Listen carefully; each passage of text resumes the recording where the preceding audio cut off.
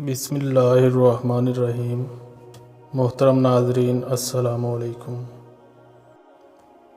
दुआएं तब असर करती हैं जब इन्हें सब्र की मोहर लगा दी जाए। और सब्र ये नहीं कि अल्लाह पाक से मांगना छोड़ दो, बल्कि सब्र तो ये है लोगों से कहना छोड़ दो। सबसे खूबसूरत आँखें वो होती हैं जो अल्लाह के खौफ से अशकबार हो जाती हैं, और सबसे खूबसूरत धड़कन वो होती है जो अल्लाह का नाम सुनते तेज़ तेज़ धड़कने लगती है। दुआ मांगना कभी मत छोड़ना। हो सकता है जिस चीज़ के लिए आप रोते हो वो आपसे बस एक दुआ की दूरी पर हो।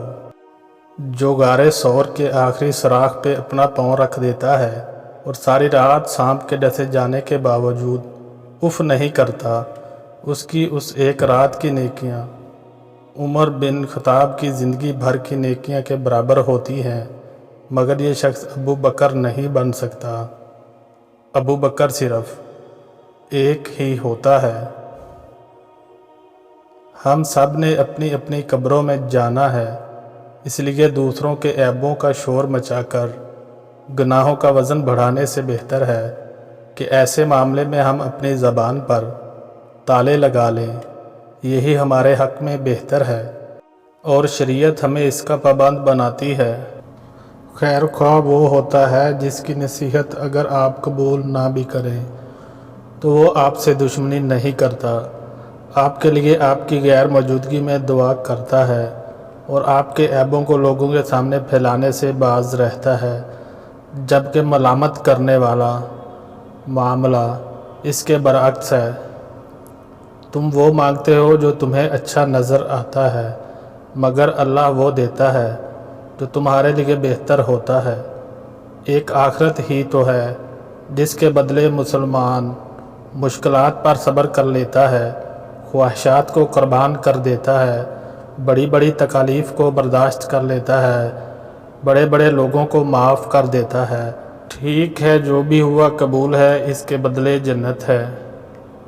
तुम्हारे नफ्स की तरबियत के लिए इतना ही काफ़ी है कि तुम उन चीज़ों से दूरी इख्तियार करो जो तुम्हें दूसरों में बुरी लगती हैं।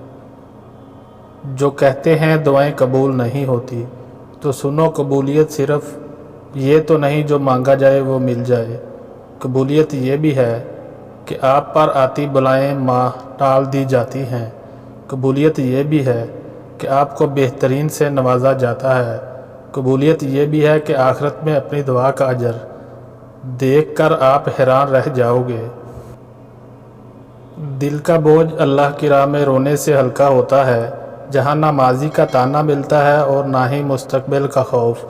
सिर्फ़ करम की चादर से ढांप दिया जाता है, बस एक सजदा और नम आँखें।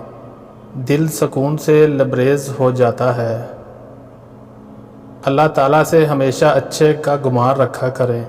आप अंबिया कराम की ज़िंदगी का मुताला करें तो जानेंगे जिन आजमाइशों से उन्हें गुजारा गया, हमारी तकालीफ़ तो उनके मामले में कुछ भी नहीं। तो क्या वो मायूस हो जाते थे? नहीं, वो हमेशा अच्छा गुमान रखते थे। इस बात का यकीन रखते थे कि ये आजमाइश का वक्त भी गुज़र जाएगा। जब दुआ करो तो दूसरों को भी याद रखो।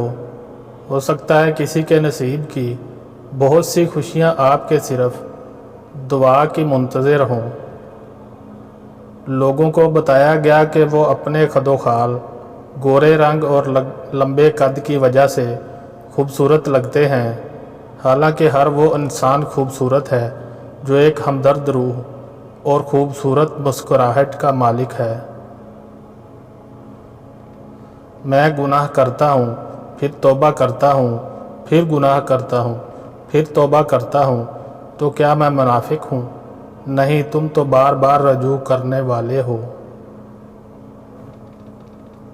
सबसे खूबसूरत रिश्ता और तअल्लुक़ रब्बुल आलमीन के साथ है, जिस पर भरोसा कभी हारने नहीं देता, जिस पर तवक्कुल कभी गम में मुब्तला नहीं होने देता, जिससे उम्मीद कभी मायूस नहीं होने देती, जिस पर यकीन खाली हाथ नहीं लौटाता।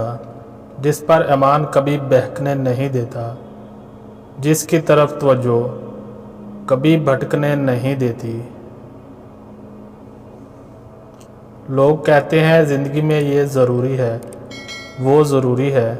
میں تمہیں بتاؤں زندگی میں کچھ بھی ضروری نہیں ہوتا، نہ مال، نہ اولاد، نہ رتبہ، نہ لوگوں کی محبت۔ بس آپ ہونے چاہیے اور آپ کا اللہ پر، ہر پر بڑھتا ہوا تعلق ہونا چاہیے۔ وہ راستے بھی دکھاتا ہے اور اسباب بھی بناتا ہے، وہ مان بھی جاتا ہے اور پھر معجزے بھی دکھاتا ہے۔ بس آپ دعائیں مانگتے رہیں، کیونکہ وہ یقین والوں کو کبھی خالی ہاتھ واپس نہیں موڑتا۔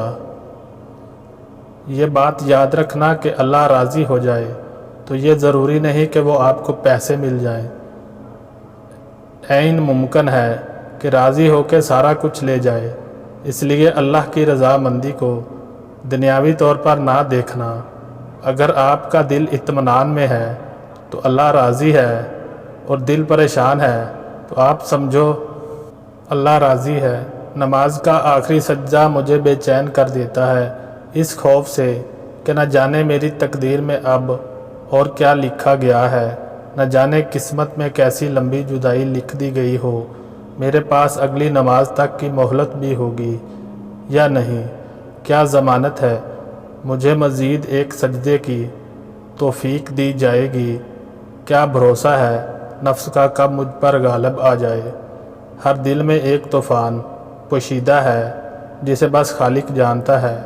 ہر روح جو جہاں میں آتی ہے اپنے ساتھ ایک طویل داستان لے کر واپس جاتی ہے۔